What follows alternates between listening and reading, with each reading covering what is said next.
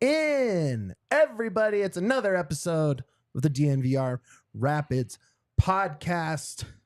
And boy, do we have a big one for you.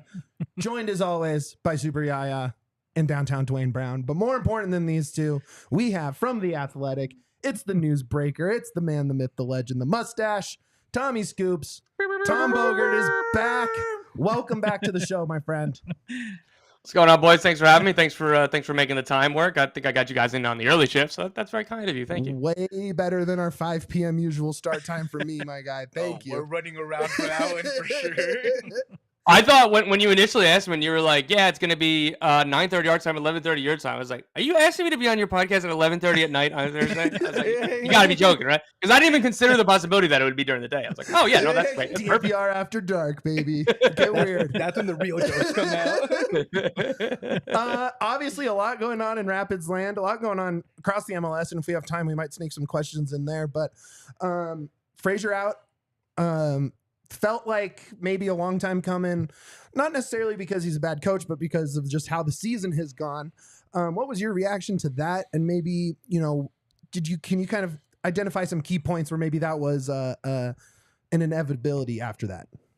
Yeah, I mean, just look, like the results aren't good enough. It is what it is. And again, like I think it's very obvious, and I don't think anybody is just blaming Robin Fraser for the state of the team. There's a lot of blame to go around. Again, the roster and luck with injuries and stagnation in development, both with established players on the roster and new players acquired, and not having kind of another academy kid coming through since the Cole Bassett, Sam Vines era. Again, Bassett's obviously back, but that's not like, Darren Yappy has kind of broken through, but, not quite, right? Like, because, and it's not like it's his fault or anything, but it's a long-winded way of saying that, like, yeah, there's a lot of blame to go around. And again, while the results weren't good enough for Robin Fraser, like, the decision makes sense to move on and start a new chapter.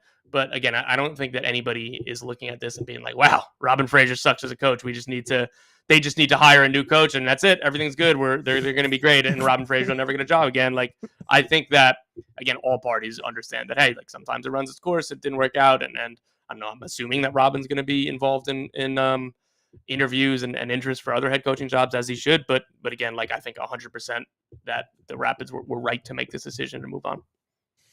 Yeah, I mean, I think everyone here, we've said it before, good coaches get fired when they do, when bad seasons happen, right? It's just kind of, you either retire on top or you are probably getting fired from a job. In terms of the search, Pork specifically mentioned he's not necessarily tied to MLS guys. Where's your head out with the search? Like, what are you seeing, hearing, kind of, what are your thoughts on the search? How narrow is the focus down to MLS? Is it pretty wide open still? Like, what have you heard and what are your thoughts on that?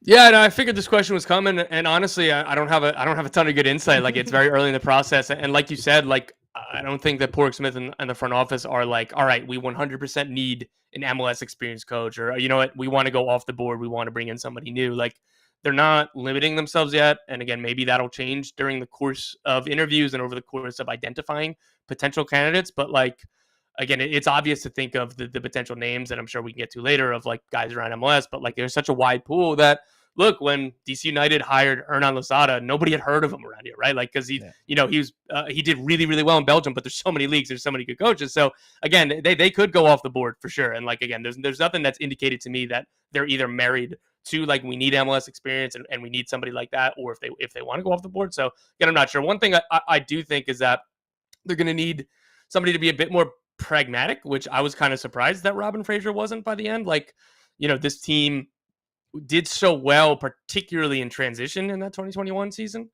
And it seems like that they lost any sort of emphasis to that part of the game. And again, there's a lot of things that coalesce for this season and the last two seasons, quite frankly, going to happen. Like, Austin Trusty hasn't been replaced because it's very difficult to do that. Some injuries have happened.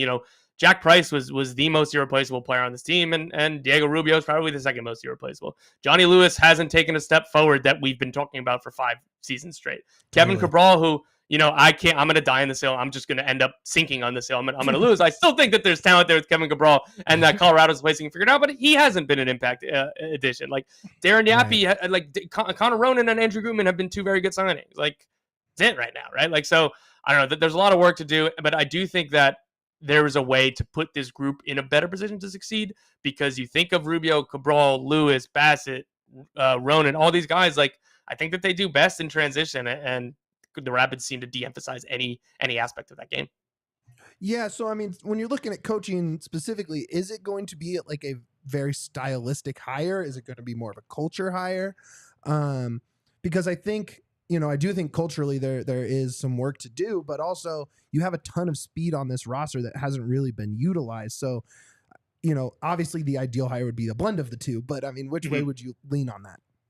Yeah, again, it's a cop-out to say both, but it really is. Like, I think the culture around the club is good. Like, this isn't like, say a New England situation or Cincinnati when they hired Pat Noonan. Like, that was part of it. They're like, we're going with somebody from MLS. We're going, like, Chris Albright's like, going with somebody I trust. Like, we need to reset this, and like, we need to do here what we did in Philly.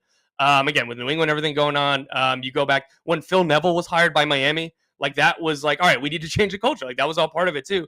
Like, Colorado isn't in that state, so it's probably more important on the other side of things. But look, like, obviously you need to maintain that culture. Culture doesn't just stay forever, right? Like, you have to keep at it. So like, that'll be part of it. But I don't know, if it was me, I'd be, part of the interview process would be like, look at the roster we have now. Like, starting there before, new signings and the audit of the squad, what you need to do. What would you do with this roster? Like, you know what I mean? Like how would you make Kevin Cabral better? And what would you do with Connor Ronan and Diego Rubio? All this, like, that's, I think, what I would place more emphasis on. But again, I'm not running the search, so I can't tell you for sure.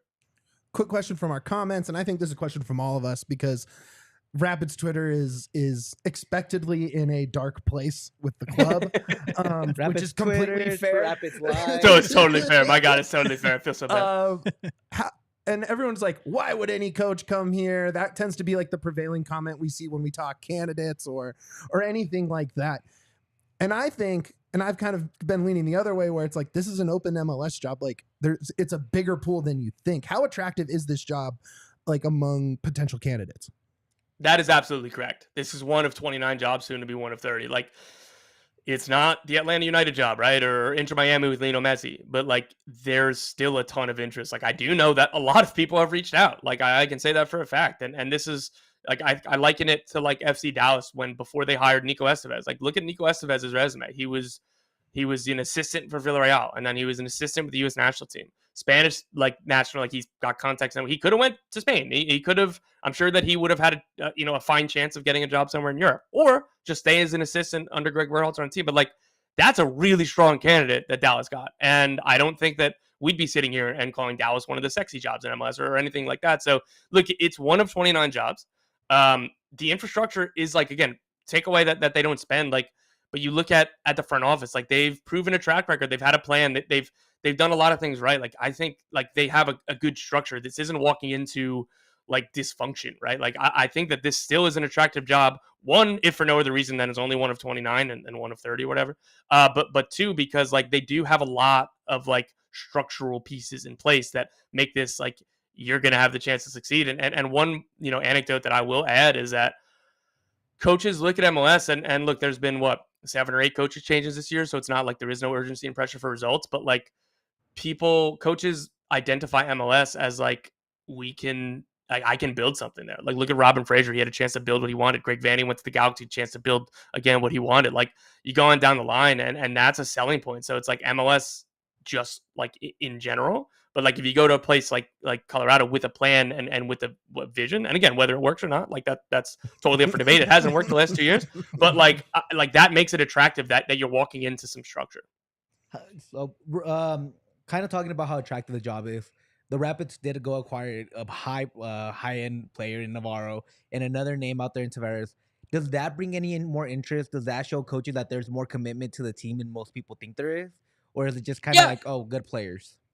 Yeah, no, that's good. And I'd take that a little bit further and say, if you're a coach, even if you don't rate Navarro or Tavares, both of them are on loan with a purchase option. So you could even look at it as flexibility. And you could look at, or if you really like those players, you come in your interview and say like, yes, if I get the job, I'd be saying that we should be picking up those purchase options. I'll kick it back to you guys because I'm sure that you've watched more Colorado Rapids than me over Every damn weekend, man. Unfortunately, and I respect the hell out of it. It's difficult when if there are any other games on at the same time. It's difficult for me to talk about something and putting the Rapids on. So you guys tell me, what would you do in the early days of Navarro and Tavares? Are those two players that you'd want to see kept on the team? Yeah, I mean, I think Tavares, if he plays a style that isn't on the team, at least from what I've seen, very physical, uses his body, goes down on contacts, maybe a little too much for my taste, but the link up between Gutman, Tavares, Navarro, to me instantly has shown fruit, if not goals, right? Like they haven't scored yet. So that's kind of what's missing. Both no goals, no assists since they've been here. But I mean, I rate them both pretty well from what I've seen. Probably more Tavares and still TBD on Navarro. I don't know how you guys feel. To me, it's more like Tavares to me brings a style of play that you don't have on this team, a little bit more creative. Cole Bassett was supposed to be that, but he's become more of a winger kind of connector in the midfield instead of the playmaker that they were looking for. And with Navarro, I think he just brings something that, again, that's not on the team. He has that big size. He can be good at just getting the ball, being a holding nine. And I think that's really what the Rapids want to do, especially quick on transition. He's somebody that can get behind the lines. To me, I think that they're the right guys. It's just, again, no goals. So it's kind of hard to say until you have stats and things that can prove to you that they're actually going to be pieces. Yeah, and I think with Navarro, I think you have to decide, the Rapids have to decide early on, to go all in on him or not, because what's going to make him successful is building around him and getting people who can get the ball to him. I think he would be scoring goals already if we had that, but I think we've seen that all season long with Cabral, which I will die on that sinking island with you, Tom. The guys, climate change, man. What can we do? Not our fault. But we've had challenges getting the ball to that position. Yep. Now we have someone that I think we are all in agreement that we think is very capable. And we've seen some flashes of hotness, right? But we just got to get the ball to him. So I think that commitment has to, unfortunately, come earlier than later. Yeah. So I think that's fair. I would just add that, I'm very curious to see what they look like under Chris Little, because, I know that there's going to be some changes. And again, it's probably going to be, simplifying things and trying to give the players, hey, you're playing for your own jobs and contracts and stuff like that. And, hey, let's put you in the best spots to succeed. Let's simplify the game a little bit. So, yeah, I'm curious to see what happens over the next month here. And I think that's obviously the data points to, all right, we are going to trigger this purchase option. And then, like you said, that can't be the end of it. It has to, we need some more creativity in this team. So yeah, I'm kind of with you there. Kind of leading into now that we're talking about players, Porgs has indicated that there is going to be some significant turnover, and there are a ton of options on this team. And you could run back most of it, or you could pretty much have a new, 8 starters, 7 starters. How much do you anticipate this roster turning over? And do you see guys like Rubio back, potentially Yarbrough back, guys like that may be part of the old guard, maybe shifting out of this club in the winter? Yeah. So again, it starts at the top end of the roster. It starts, you build around the DPs, right? So so if Navarro is staying, I think Rubio's somebody who could complement him very well. That play style, playing as a second type of forward. But again, that also comes back to the coach. If you bring in a coach that wants to play 4-3-3, I don't know how much that makes sense to use significant roster spots and budget on a player like Diego Rubio, who's if it's a 4-3-3, there isn't an obvious spot. It's not the best spot for him, right? I think all these decisions are contextual. I've been starting to write, the obituary for the season or whatever, and looking forward to the off season. And yeah, I wrote down in my first draft so far is they're going to need new answers at 7 or 8 spots in the starting 11. And whether that means 7 or 8 players from the outside, I don't think, but it needs to be, again, I don't know. I think Andrew Gutman and Connor Ronan probably right now, and Keegan Rosenberry are probably the 3 names. It's they're definitely going to be back and be starters. Like you said, I think Diego Rubio is a starting level player in this league, but again, will he be back or are they going to do flexibility?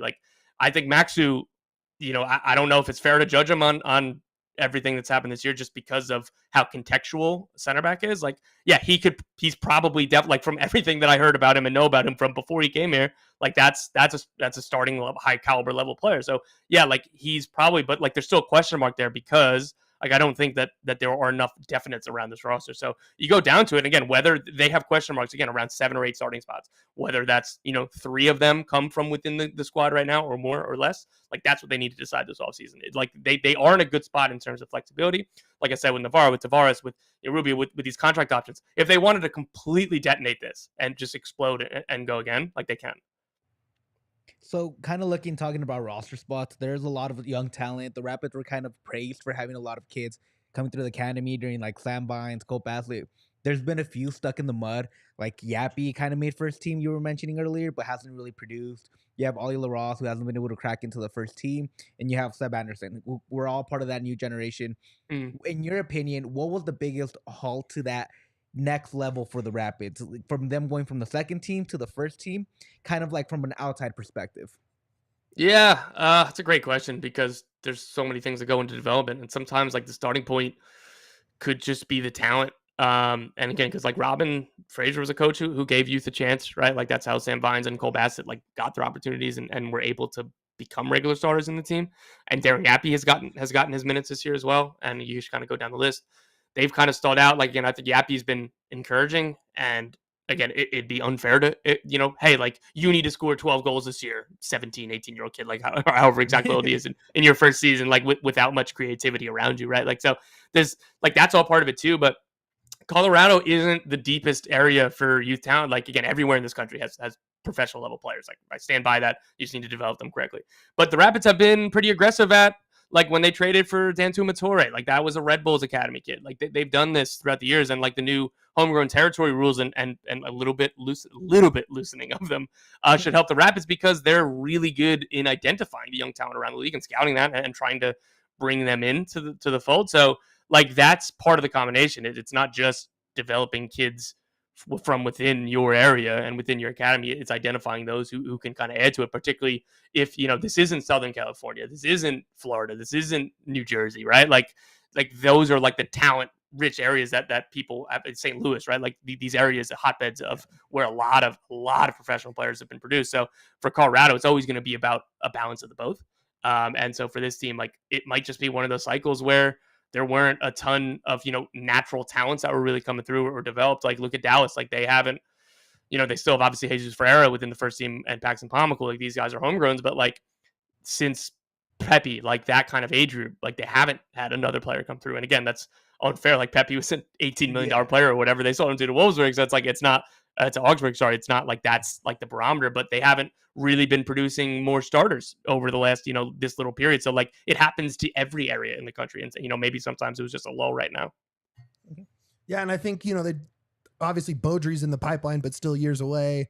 So there is kind of light at the end of the prospect tunnel, I guess, but nothing immediate that's going to kind of game change. And Priso was one of those guys they traded for too that just didn't work out. Unfortunately, hasn't worked out so far. Yeah, I still I don't know. I'd like to see him again over the next 8-10 games, whatever's left in the season, or 6 or 8, because like I don't know. I don't think that he was being used correctly, particularly this year.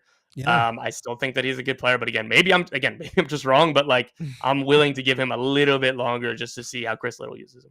Are there any other guys like that on the roster that you want to see? Like, we're big Bombi guys here. Like we want Bombi to be playing all the time. We have a saying that we probably won't say here. Sure, but, but we do have a saying for Moyes. Yeah. So. You mentioned Ralph. Is there anyone else that you're like, give this guy minutes for 8 games? Yeah, I think it's a lot of like again, Kevin Cabral. I keep saying like I think that he's a very talented player. And so Cole Bassett, I've been big on him for a while. Like I was shocked that it didn't work out for him in the Netherlands. Like playing him in a better role, I think is going to help a lot for him. Like I like if Danny Leyva is going to make it as like a legit like MLS, or like that kid has had so much talent. Hey, maybe we see it like moving forward here. And like so again, there's a lot. Like again, it just goes back to one of the other questions. Like they've got question marks at 7 or 8 starting spots. Like those all need to be like you need to start gathering more data moving forward to that. So it's like like again, and I'm looking forward to seeing Andrew Gutman and Connor Ronan kind of in this, in like moving forward too. But it's just like there's so many players that you can name that's just like hey, like let's see if our perception changes on them based on a different system or tactics or philosophies, and then we'll see going into the offseason. I asked this question to these guys in the chat, and it on a recent show, and it kind of caught everybody off guard. How many minutes do you think Cabral has this year? 1,000? Just under 1,000. See, that's what you went high. Wow. Everyone else was guessing like 400 because he's been so invisible. Basically, there's two goals every 450 minutes or something like that, or one goal every 450 minutes, which is tough. But I agree with you. I think he needs to play a bunch. We were trying to give him the benefit of the doubt quite a bit. We were like, well, give him that God minutes, and it was just kind of surprising. My last question before we get into Duane has a question too.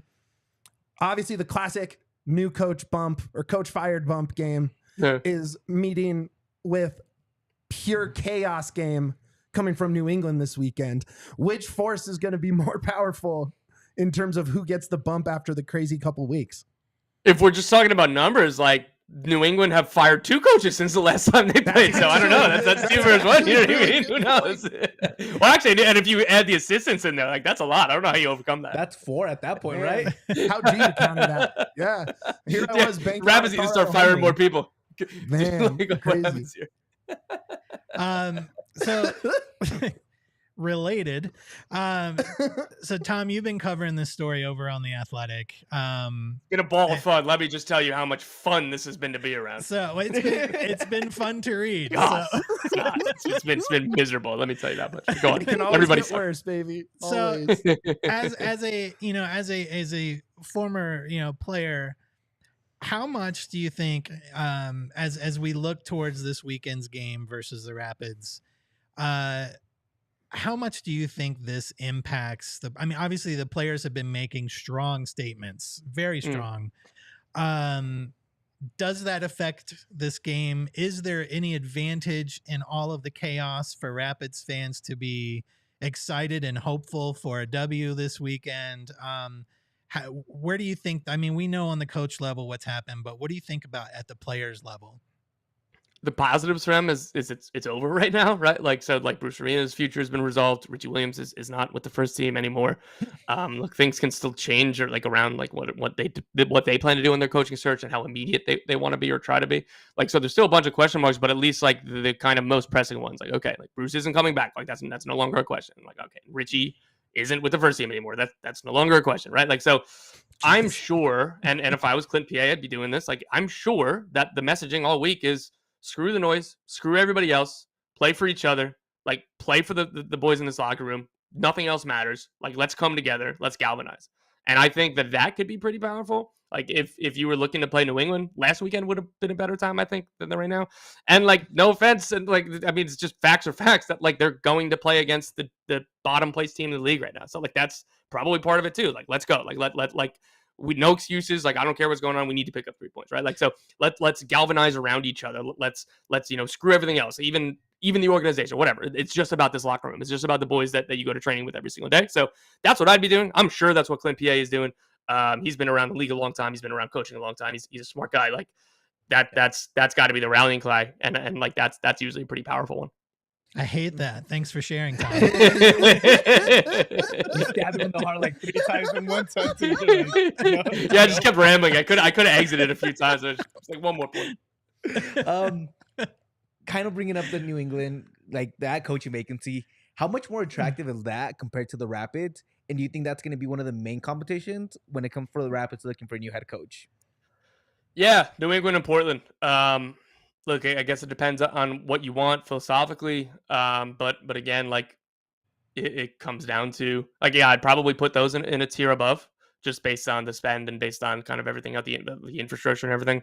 But again, like I don't want to take away from like this job. This is still a good job. Like this is, and again, I could just be wrong. Like somebody could be look, Padraig Smith has done a whole lot well with the Rapids. Like I am sure that he could have left at some point, right? Like, but he's still here, right? Like he believes in the project. So, and again, looking at other people in the front office that I'm sure could have left, like, so like it doesn't mean that this is like, oh my God, just get this job and move on. Like Robin Fraser, like he did a lot for his reputation. I think over a couple of years in Colorado. Like I know that he had been waiting for a job, but like waiting for another chance. But whether that came in Colorado, like I don't think Colorado was going to be Robin Fraser's only option, right? Like, so it's not like, oh, okay, like I tried to get New England and I tried to get Portland, fine, like I'll take Colorado. Like this is a good job in and of itself, but like again, if we're being fair and realistic, like New England and Portland probably have the edge. One name we've really liked, just among the three of us, is Hackworth in St. Louis. Is that a name you've heard thrown around, and is maybe there a surprise candidate that maybe within the MLS or that is a known quantity that maybe we haven't considered or heard in the rumor mill yet? Yeah, I mean, I don't even know what we have and haven't heard in the rumor mill just because it is early. And again, like I'm going to blanket this, I think, for all three of these jobs that are open right now, because I think that a lot of the same names should be under consideration for all. Like, let's like, again, like Hackwork, I think is a good one. Like Phil Neville is one that comes up to me. Gio Tavares. These are just, I guess, coaches that have just kind of departed. Like you think about assistants, like Mark DeSantos is probably going to be up for a new job at some point, after being an assistant for LAFC. Ante Razov almost got the Chicago job before Ezra Hendrickson did. I'm sure Ezra Hendrickson is going to be another name. I'm sure everybody's going to try to call it Jesse Marsch. I don't know if he'd come back to MLS yet, but like, again, you just think of it that there are a lot of names, and like, Caleb Porter, I don't know if he makes a lot of sense for Colorado, but maybe he makes sense for New England. Definitely doesn't for Portland because he's already done that. Right. But like, you know what I mean? Just kind of go down the list. Like there's a lot of guys that like it'd be weird to kind of, I guess, separate, who you want where, or like who's like angling for what. Like I think all of these names should and will be kind of discussed. A couple like offbeat names I've heard, like Dave Vandenberg, the assistant for New England, is somebody who I've heard get some head coaching, but like, hey, he could be a head coach one day. Yohan DeMay in Columbus.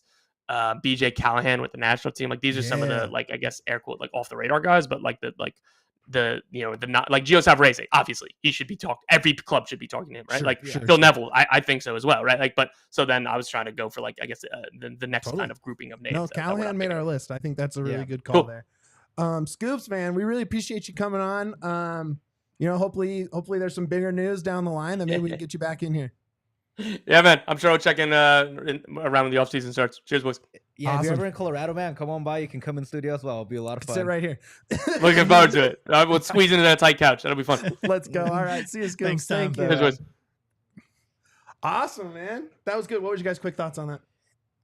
I feel better about the front office than I did. Me too. At the beginning. 100%. I'm not gonna lie. I like that doesn't take away any of the things I feel, but it does give me a little bit more hope because a guy like Scoops that's really connected with everybody nationally is really in the weeds. Things this front office can get it right gives me hope that the front office might be able to get it right. Yeah, I feel a lot better about the roster, having hope moving forward. I feel a lot worse about Saturday. Oh, sure. 100%. Sure. Sounds like it. All right, we're going to get into the rest of our show. First up, let's talk about some of the homies that we got. First up, it's Colorado Rapids. The North Boundary at Dick's Sporting Goods Park is the newest addition to Colorado Rapids game day experience, the only field-level patio in Denver sports. Offers space for fans to gather and take in the action from an unparalleled viewpoint right behind the goal. Each ticket on the patio at North Boundary includes a drink voucher and gets you access to food trucks and concession options right by your seats. Learn more at coloradorapids.com/northboundary. Tickets are available now at coloradorapids.com. We are also brought to you today by who else? The GOATs, Illegal Pete's. We love them. This episode is brought to you by Illegal Pete's, offering handmade mission-style burritos, bowls, and tacos crafted with reasonably sourced, high-quality ingredients. A full bar and a wide selection of local craft beer at every location keeps the burritos and good times rolling. Stop by for happy hour 3 p.m. to 8 p.m. every day at all 12 locations. Illegal Pete's, the go-to spot for burritos, buddies, and beer for 28 years. That might be my lunch move today, honestly. Might be the move. Could be the move. It could be the move. I'm going to get peated instead of pitted. Oh! That's a good one. I mean, we can just do the all P's. Like, we're the P podcast. We are. Big P guys. Big P guys. Gosh. Sure, I don't think Mitch thought about that fully until he finally No, I got it. did. I just realized we're on the internet, though, so, sorry. Clip that. I am not in that dossier. No! Hey, if you're watching on YouTube, you know. He's a big double P guy. Man, shout out to Legal Pete's. I don't really have a tip today, I don't think. Honestly, if Scoops is still listening, go to Legal Pizza if you're ever in Denver. Good job. It's Or a Arizona. Arizona, anywhere Yeah. you go, man. Shout out to them. Great food. They have some new locations coming down the line. One of them is in a very dope spot. I don't know if they've specifically said where it is, so I won't break the news here. I'm gonna guess, and you don't have to answer. And I'm gonna say either Rapids or Rocky Stadium. I haven't heard that, Again, I'm guessing. I don't know. but no, 4 new brick and mortar locations in town. Dope. And they all seem pretty sick. So Like Ball Arena. I just want them all inside of the stadiums. That's all I I'm know. ever eating. I used to deliver. Okay, here's my little tip. It's more of a story. I used to deliver burritos. Pete's story of the week. I used to. We used to roll a ton of burritos, take them up to the club level. There was like a little hot grab and go station where you could just grab a burrito, buy it, go along your way. And I'm sure if you follow me on Twitter, you know I'm a Kentucky basketball fan, big time Kentucky basketball fan. I was checking in at the security checkpoint, talking to the guy, just kind of shooting the shit like I like to do when I kind of like it's like a work friendly conversation. You don't really know the guy, but you check in, say what's up. And up walks Julius Randle of the Los Angeles Lakers, there for the game that night, Kentucky Wildcat legend. And he's like, "Oh, hey, I'm on the Lakers. Can I just head in?" And we're both like, "Yeah, duh." Like, head on in. I gave him the go ahead. Boy too.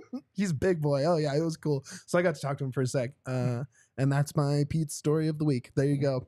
We're just finding ways for Mitch to be involved with Pete's at any level. I mean, I spent almost a decade there. What are you gonna do? What are you gonna do? I'm all for it. Yeah, Like, what are you I gonna do? love it. Um, I love that it's become Mitch's brand. A big P guy over here. big P guy. Okay. Man. Okay, Scoops really got in my head there. Yeah, I don't he know did. I don't know if he meant to. Maybe it was a psyop from to make us like more positive about the club. But like, I knew it wasn't as much of a disaster as us fans, people that are too in the mud think. You know what I mean? Like I had that in my head, and now I'm like, oh yeah, like there are people going to want to come into this job. I always thought I was never like, oh, nobody's gonna want it. I agreed with you on that. It's just also like the names that I threw out there were like really high end names that are like, I don't think these guys are gonna come regardless. But those are the names that I doubt come over here. Well, it's important to get an outside view. Yeah, of course. Like Mitch was saying, just being so stuck in the mud in a really rough season, it's good to have that outside perspective that maybe we don't need to burn everything to the ground. But things still, I mean, he's also very upfront with things are not great, and so, it's fine to still be upset. But maybe there are some roster pieces to build around, hope for the future as well. So 8 games left. We kind of talked a little bit about it with Scoops about maybe guys getting some minutes. Apparently just dropped some fan action this weekend, some fan protests. We can get that into the last segment. I think. Sure, When we yeah. preview the When we game, actually that'd be talk great. about the game, but I guess It is part of the game. kind of as like a springboard Yeah. for the conversation for the rest of the season, which is what we want to talk about right now. I don't know if you want to do, this was your segment, so I don't know if you want to do predictions, expectations, guys we want to watch. Like, where do you want to go with this to kind of look at this next couple months? Because there's a lot of games to be played.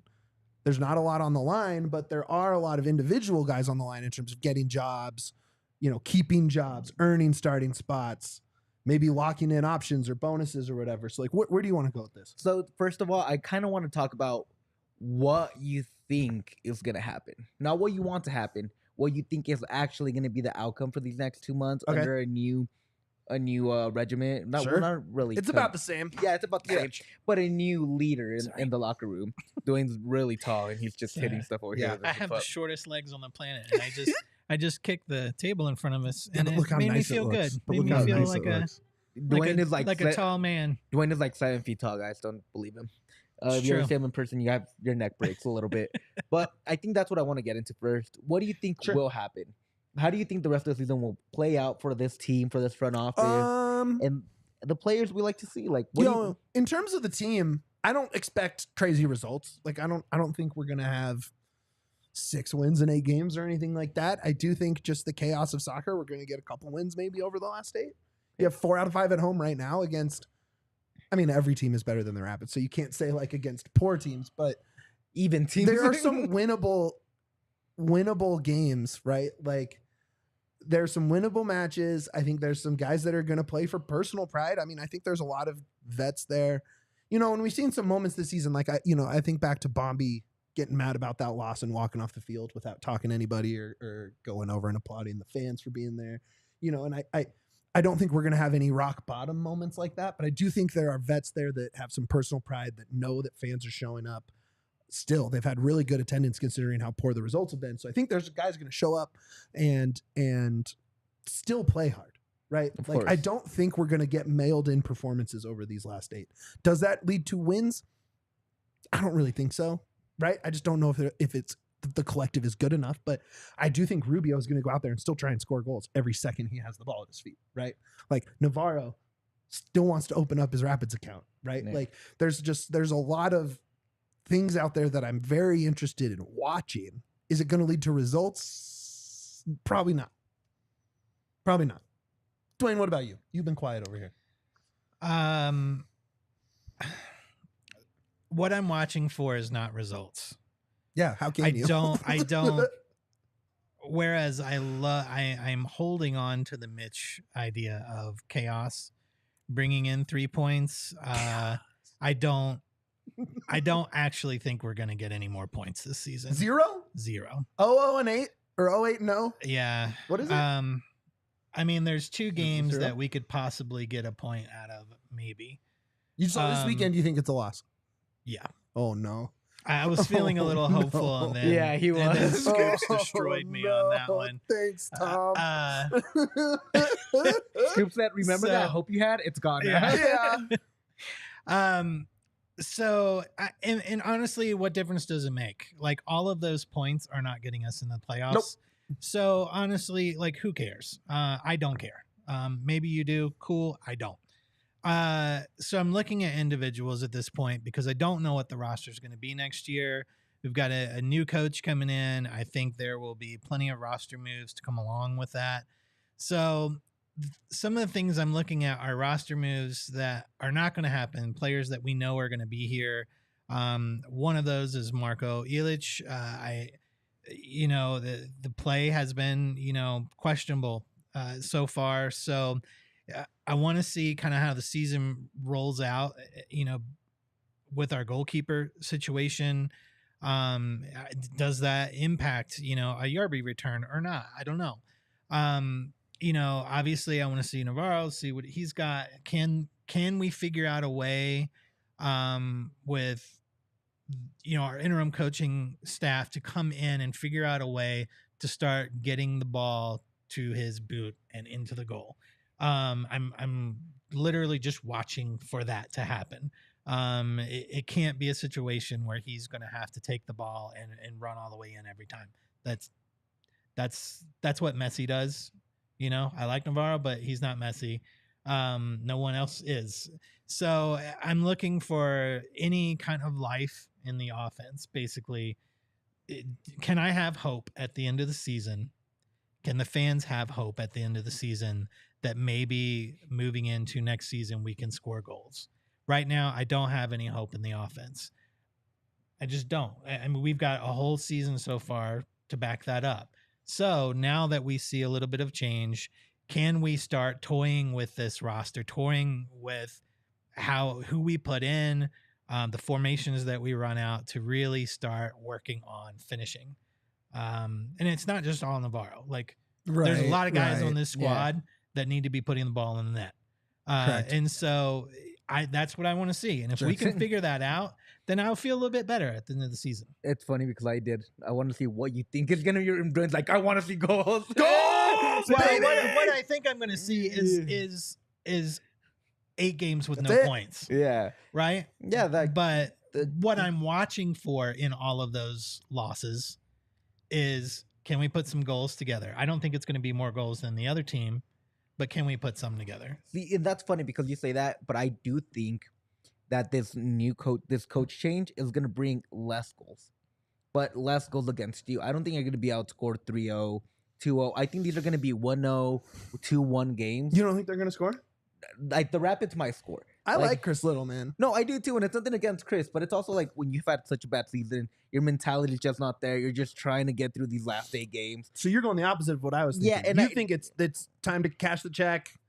I Send it to me, I'll be not out. as much as cash, as much as like they need a reset. That's just can't happen at the end of the season. It's too hard to reset. Okay. So I believe that the Rapids are gonna go out there. They're gonna try really hard. I think goal scoring is not gonna come to them still, Sure. but I think their defensive prowess. That's the one thing you can really affect with a new coach because it's just about effort. It's about wanting to do it. It's gonna be out there and it's gonna really change the mentality of the team. So I believe they're gonna allow less goals. I really do think they're gonna be 1-0 games, 2-1 games. I think they'll score more than they have lately. yeah. But it's not going to be scoring outputs of 2-3 goals a game. That being said, I do want to see that a little bit more. I want to see Navarro be able to find his spots and Yeah. dominate a game in the only Please. way he can. I want Tavares to feel more comfortable in that midfield, and I really, really want Ronan to take that next step as a leader. These next 8 games are going to show me if Ronan is ready to be that midfield central piece that's going to control it all or not. Because he needs to be that leader, especially with Jack gone and not being able to be here anymore. I think we need Ronan to step up. I want to see Priso.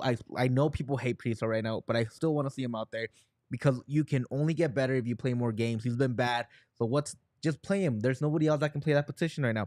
Let's see what he can do. Maybe play him as a double 8 instead of a 6 and have him drop back. I want to see Bombi out there. I want to see way more of Bombi, and I want to see Seb Anderson. Let's give Keegan a rest. Like, Keegan's knees and legs. Like, let's get him fresh for next year. Let's get him Because ready. you know him and Gutman are there next year. Exactly. Like, Yeah. we need that kind of... We need to start thinking about next year. Sure. And I really want to see Bogert be the backup goalkeeper, maybe get a half for a game. Just because, They've like... not pulled him up to use, so he's got 4 opportunities. Exactly. Like, just... Laraz still has 4 opportunities. He Laraz's only played in first the team, Open I Cup. think. Oh, you're right. So he can come up Yeah, whenever. he can come whenever. It's like Remy? with Seb Anderson. Remy? Do we want to see Remy? A little bit I would love of to see twin that. action. Whoa. Confuse them up top. Who am I looking at? A little parent trap. See what it is. Yeah, I am into that. I'm super into that. Well, let's kind of take this energy, put it on specifically this New England game, because this could be the most chaotic MLS game of the year, potentially. Or it could be super boring. Who knows? We're going to talk about it. But first, we're going to talk about Broken T Golf Course, because they are broke the tee. vibiest Yeah. golf course around. I mean, how can you not be the vibiest golf course around when you have a friggin' Steal Your Face logo right there? We love it. We love to see it. We love Broken Tee. It is, they have an award-winning practice facility. They have 27 total holes, so you can play 18, and then you can go get a par 3 on. Like, how fun is that? I love playing a little par 3 after work, grabbing 18 on the weekend with the fellas. It's a great spot to hang out. They have a great restaurant at Wyatt's where you can grab some glizzies at the turn, maybe grab a burger afterwards, grab some drinks on the patio, hang out, enjoy the end of Colorado summer. They also have a stocked pro shop full of all the good gear that you need to get set up for the summer. I just added a camo golf glove to my bag, and I'm digging it.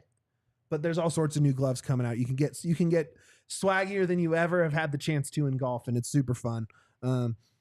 They also have an experienced teaching professionals with Meta Golf. They have a charity tournament coming up Friday, September 22nd. Prizes supporting Bridge House, Tri-Cities Homeless Action Team's effort to open a navigation center that will provide a facility for community members struggling with homelessness to receive temporary shelter, connect with services, and create a pathway out of homelessness for good. So not only do you get to play golf at one of the most fun courses in Denver, you can do it for a good cause on September 22nd. Go to brokentgolf.com to make tee times and get the latest updates. Use code DNVR10. It's right there below Duane, right there. Use code DNVR10 for 10% off any round on their regulation course. We are also brought to you, man, these guys have been with us through it all, man. Shady Rays. The Shady. They've been there. Well, I got singing on both of them. This is Ty. I love it. Shady Rays. Take on the sun with gear built to last. Simple as. Our friends at Shady Rays have you covered for the warm weather ahead with premium polarized shades at an affordable price. Shady Rays is an independent sunglasses company that offers a world-class product that's just as good as any expensive pair we've worn. Durable frames and extremely clear optics for outdoor adventures, and that's not all. Shady Rays offers the most insane protection in all of eyewear. Every pair of sunglasses is backed by your lost and broken replacements, just like Yahir lost Yeah, and And I God. lost him again, I think, but it should be around here somewhere. Don't And know if they're where. not, they'll replace them. Again. Shady Rays has your back. They will, if you lose or break your pair, even on day one, they told us they'll send you a brand new pair, no questions asked. Wear your Shady Rays with confidence because they have your back long after you purchase.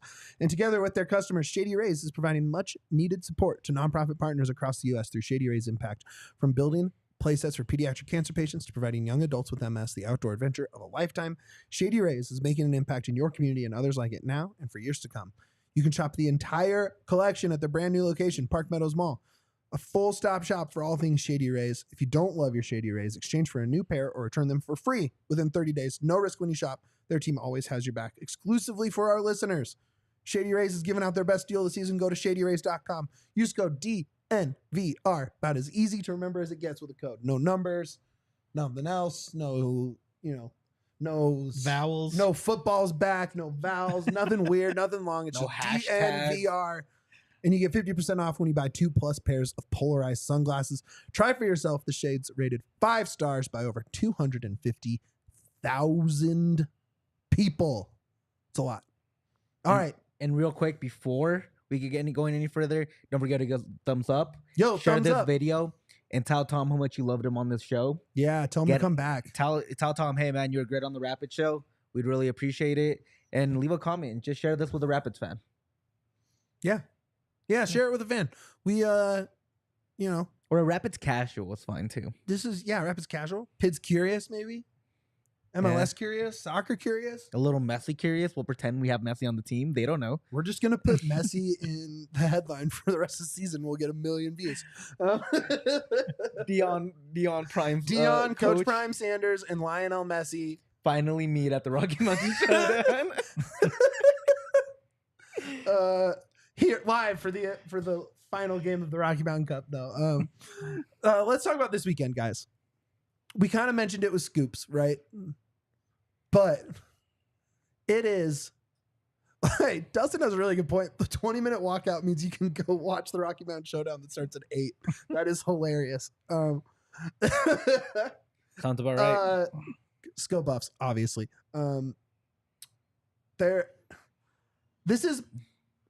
Have two clubs in such weird places met this season.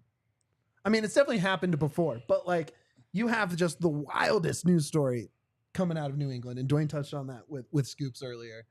You have fan discontent and a new interim coach with the Pids.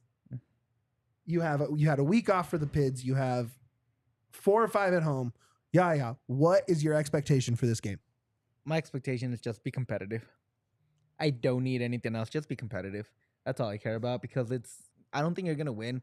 New England's too talented. New England is one of the better teams out east. They have a lot of young talent. A lot of pieces, man. Like, I just don't think they're going to win. Place. I mean, they're very good. Exactly. Like, that's what I'm telling you. Like, I just don't think they're going to win. I just want you to be competitive. Make it hard. Maybe a draw. 1-1 draw. Don't make it a 0-0 draw anymore. Just make it a 1-1 draw. Like I think that's what I can expect. I don't expect to win, and that's not because I don't believe in this team, but this team has been through so much already that it's just like. And I think the new coach bump is going to help New England more because they just want to go out there and play and get over whatever's happening in their locker room. Yeah, but don't the Rapids too? Not as much because they liked Fraser. They might have not liked Bruce. I think some probably did. Some probably were over losing. Yeah, they again, but they liked the person. Well, yeah, because I mean, how could you not like Robin Fraser? He's a nice guy. Like, and that's why, like, it feels like Bruce had already lost the squad. They felt like, exactly. So it's like, well, and then they follow that up with Richie, so, who they like even who less. double lost the squad. So they want to, exactly. Like they want to go out there and just win. Want to go out there and just get it over, like get back to their what they're getting paid for. And that's why I think the New England is just going to overpower them. I think that Rapids can make it tough, but that's about it. Oh, man. Matt, our guy, he just asked a pretty good question. Anyone care about Matt coming back? I didn't even think about it, honestly. Who? Yeah, who's that? Don't know her. Barely met her. Yeah, never met her. No, look, that's interesting. I don't know. I don't know if he ever had a big enough impact one way or the other to care enough about him coming back this weekend, right? Certainly on the list of players I want to watch in New England, he's not really on it. No, not really. I'm more excited for like Noah Buck and all those guys. I love Duane Jones. exactly. Like That dude is awesome. that's who I think we're gonna be looking out for. I don't think Mac. I think is my. I'm gonna be laughing though if he gets locked up by Priso. Yo, Priso has Mac in hell. Oh God, what if we start Priso versus Mac? We might. Like again, I wouldn't doubt it. Like There's your thing to watch for. it'll be I fun. dig. A I fun time. dig. I dig. What about you doing? What do you think? Yeah. What are you looking for?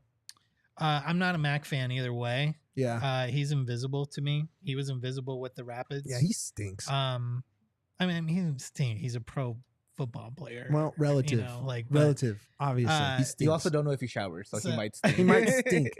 Yeah. So I'm not watching for New England. They're super talented, and I was really hoping the chaos would kind of blow them up Mhm. for us to give us more of a chance there. But I think Scoops is right, and I think unfortunately this may galvanize them as a player squad. Front Yeah. office coach removed. When you get players pissed and galvanized, that's bad news for the other team. So it's not great for the Rapids. That's not Rapids' fault. Just things that are happening. So I'm watching solely 100% Rapids. I want to know how we look with Chris running the show. I want to see if there's any offensive changes. See if we do get a goal out of this. Would be cool. I'm not expecting a floodgate for the rest of the year. Yeah. I one goal is a lot more than what we normally get. Which so is none. Yeah. So I mean, one goal a game, I would be like, cool. Real Great. quick, this game going forward. Quick answer: key player for the rest of the season in this game. Oh, Navarro. Done. Navarro. Easy. I think Gutman's going to be the key player. Gutman. To me, it's gonna be Maxu. He has to earn Yeah. that DP spot. Yeah, you're right. He is buyable. Like you can tam him down. Yeah, but again, you come up. I'm as just a saying, DP, like, yeah, he's possible, but like Yeah, you yeah. need to earn that brand. Absolutely. It's your brand. You're a DP. He's not stuck in that Darlington Nagby Columbus complaining about the rules. Nagby Salary though. range. Nagby though. Yeah. Holy that dude. Nagby might be one of my favorite players in the league. Still, he was for sure when he was getting U.S. minutes for me. But I like him. I yeah. just okay, I had a question for Scoops, and we'll wrap it on that, and then we'll do predictions because then we got to get out of here. And I wish I asked him when we talked to Beta after training last week. He said we were all shocked. We used the word shocked, used it again, used another word similar to shocked in another question. Do you believe that? Do you believe that the players were shocked that Fraser got fired? yes. Why? Was anyone shocked besides the players?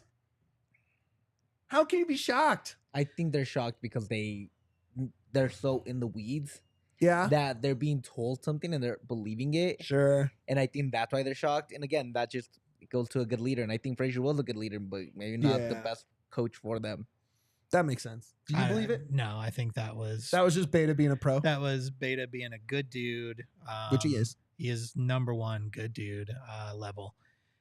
I think he's saying that. I would be shocked if they were shocked. Right. There was You a good question asked. Well, no.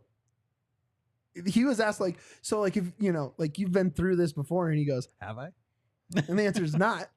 And he goes, "Yeah, you don't really lose coaches when you're winning."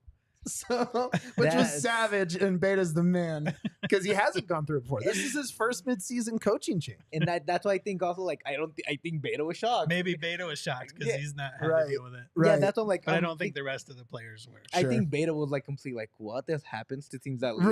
Right. Couldn't we have waited for the offseason? Like, we're so close. Can we just like do it a little bit later? Like, All right. As we do before every game, we wrap it up with predictions. Yeah. I will start with you. I'm a believe because I believe. You believe. Said 2-2 draw. 2-2 draw. 3-1 loss. Okay. Here's the thing. What if we get a Navarro brace and it's like minute 5, minute 12? You think C38 is going to miss the rest of that game? Yes, That's so crazy. it's a standard. Yeah. Well, I hope C30 For will sure they stick are. to their Yeah, guns, for sure they're going to stick to their guns. I hope they get to see 2 goals before they walk out because they deserve it. as much or more than anyone, including the players. They deserve it. So I think a Navarro brace, they see one of them. They don't see the other because they'll be at the Rocky Mountain Showdown. And we lose 3-2. That's my prediction.